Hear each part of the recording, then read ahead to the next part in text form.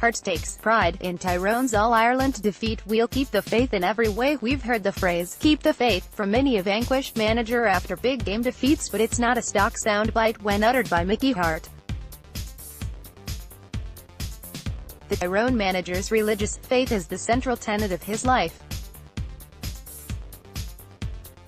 He held to it unwaveringly after the shocking murder of his beloved daughter Michaela while she was on honeymoon in Mauritius in January 2011. The morning after Tyrone's All-Ireland semi-final win over Monaghan last month, Harte headed to the pilgrimage site of Loch Derg in County Donegal for over 2 days of fasting and prayer.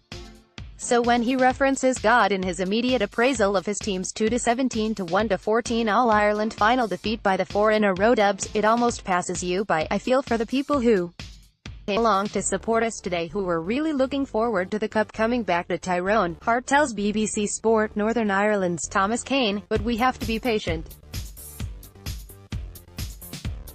God has designed otherwise, that it's not our cup to have today." The black-hearted Kieran McGeary shows his dejection after the final whistle. Harte says Tyrone can learn from latest setback. While Harte's religious faith is unshakable, his belief in this current crop of Tyrone footballers will also not be dented by the latest Croke Park defeat. Just as Harte refused to accept his team's hammering by the Dubs in last year's semi-final as an indictment of an overly defensive approach, the Red Hands boss says his search to rescale the Sam Maguire summit will go on with complete conviction. "We'll have to learn to do it better, and we have to keep believing we can challenge at this level.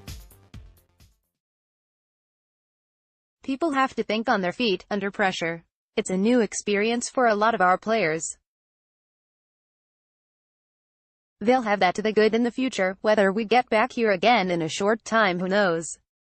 You always aspire to be back here for days like this, but the realist in Harte knows that overcoming this supremely well-coached and talented bunch of Dublin players will prove no easy task. They believe in each other so much. They have so many options. You try and challenge them one way and they go and operate another way.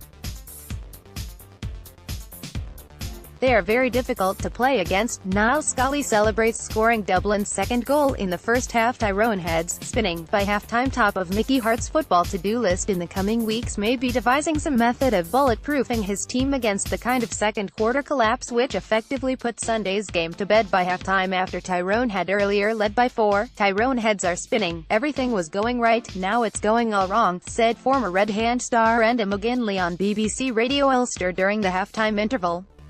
Indeed, Harte felt the need for an immediate intervention into his squad's mindset at that moment as he directed the players into a huddle out on the middle of the pitch after referee Conor Lane blew the halftime whistle.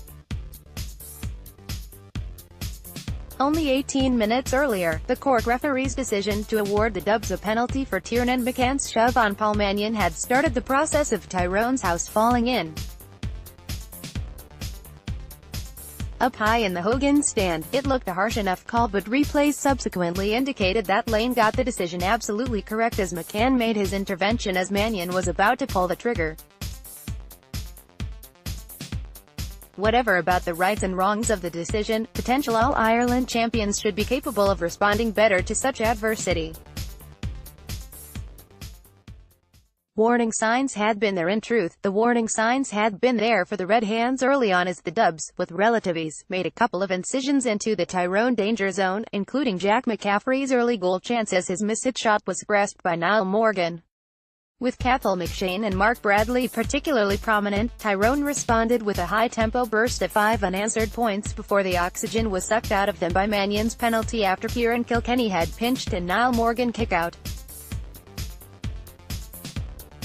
With Niall Scully's second Dublin goal quickly followed 2 more Dean Rock points, the margin was 7 at halftime and it was effectively game over. 5 points to 1 was a great lead to have against a team like Dublin, but the fact we let it away so handily in terms of the 2 goals just knocked the socks off us, reflected Harte after the final whistle. Michael McKernan was among Tyrone players who looked visibly exhausted as halftime neared, with possibly the exertions of their period of dominance taking a toll. But searching for positives as he always does after defeats, Harte praised his team's refusal to accept the hammering that seemed on the cards of the third quarter as Dublin patiently crafted scoring opportunities amid their prolonged periods of keep ball. "We kept them fighting to the end. It could have been a stage at one time where Dublin were pulling away comfortably, added the Tyrone boss after Peter Harte's late penalty had helped reduce the lead to 4 before the champions closed out the game. We made them live on their nerves a little bit in the last 10 or 12 minutes, forever keeping the faith.